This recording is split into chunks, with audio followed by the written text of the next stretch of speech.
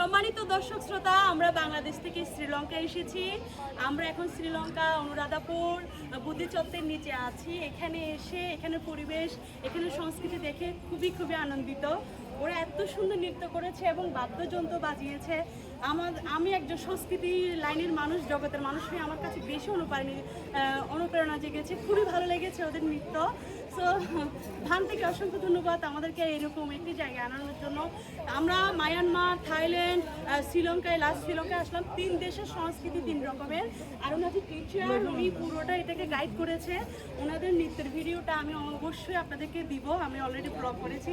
ধান তো আপনি একটু কিছু বলেন। আমি 1 মিনিট কথা বলতে চাই।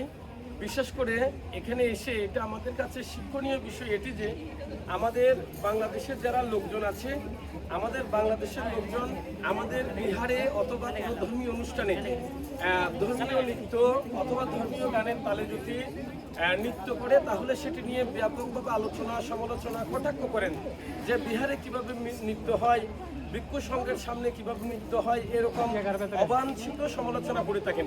কিন্তু সিংহল দ্বীপের মতো একটি তেরোবাদ প্রধান যে বৌদ্ধ ধর্মের দেশে, সেই অনুরাধাপুরের সীমা মহাবিহারে, এটি এখানকার বিখ্যাত একটি বৌদ্ধ বিহার। এই বিহারে এখানকার যারা যুবক যুবতী আছে তারা কত সুন্দর করে এখানকার যে ঐতিহ্যগত নৃত্য সেটি তারা তুলে ধরছেন। এখানকার লোকজন এবং ভিনদেশীদের কাছে এটি দৃষ্টনীয় এবং শিক্ষণীয় একটি বিষয় বলে আমি মনে করি।